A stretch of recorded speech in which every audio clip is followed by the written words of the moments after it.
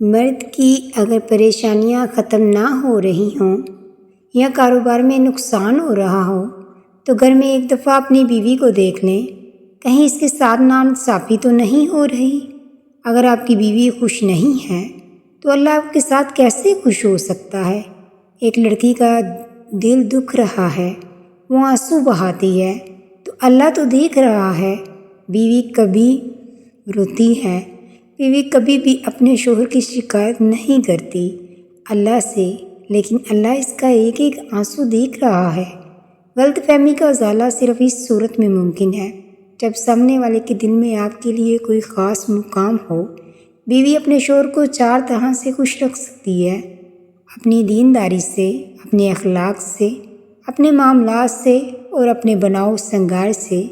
اس لیے بیوی کو چاہیے کہ شریعت کی حدود میں رہتے ہوئے اپنے شوہر کے لیے بناؤ سنگار کرے۔ انسان نے محسوس کرنا اس لیے چھوڑ دیا ہے کیونکہ اسے ان چیزوں سے محبت ہو گئی ہے جن میں احساس نہیں ہوتا۔ ہمیشہ ہنستے مسکراتے رہیں، یہ ایک سستی دوا ہے۔ یہ ایک ایسا فلسفہ ہے جسے بہت کم لوگ جانتے ہیں۔ یہ آپ کی زندگی میں بہار لاتی ہے۔ 2 ہی طرح کے لوگوں کو سب سے زیادہ پسند کیا جاتا ہے: کامیاب اور خوبصورت۔ امید انسان سے لگا کر شکوہ خدا سے کرتے ہو: اے ابن آدم، تم بھی کمال کرتے ہو۔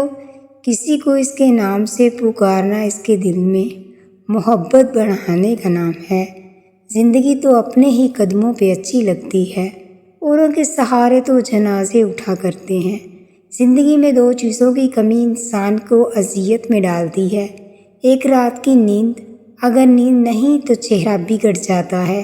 دوسرا، من پسند شخص میسر نہ ہو تو زندگی بگڑ جاتی ہے۔ خوش رہا کرو کیونکہ پریشان ہونے سے کل کی مشکلیں دور نہیں ہوتی بلکہ آج کا سکون بھی چلا جاتا ہے۔ فجر کے وقت اگر خود آنکھ کھلے تو سمجھ جاؤ کہ اللہ تم سے راضی ہے۔ زندگی سے اتنا پیار نہ کرو، یہ کسی سے وفا نہیں کرتی۔ موت کو کبھی مت بھولو، یہ کسی کو دھوکہ نہیں دیتی۔ صبر کی ایک بات اچھی ہے، جب آ جاتا ہے تو کسی چیز کی طلب نہیں رہتی۔ سمجھدار انسان زیادہ تر تنہائی پسند اور بے وفا کوف انسان ہمیشہ ہجوم پسند ہوگا۔ قطرہ سمندر مل کر فنا ہو جاتا ہے اور میں قطرہ رہبر سمندر بننا چاہتی ہوں۔ اہمیت الفاظ کی ہوتی ہے مگر ہمیشہ لہجوں کا ہوتا ہے۔ خوشیاں بانٹنے کی کوشش کیا کرو، نفرتیں تو ویسے ہی عروج پر ہیں۔ اگر آپ یہ سیکھ جائیں کہ کیا اور کیسے نظر انداز کرنا ہے تو آپ کی زندگی خوبصورت بن جائے گی۔ کہیں زندگی آسان بناتے بناتے موت نامشکل بن جائے۔ غور و فکر کیجیے، اپنی بے عزتی کا جواب اتنی عزت سے دیں کہ سامنے والا شرمندہ ہو جائے۔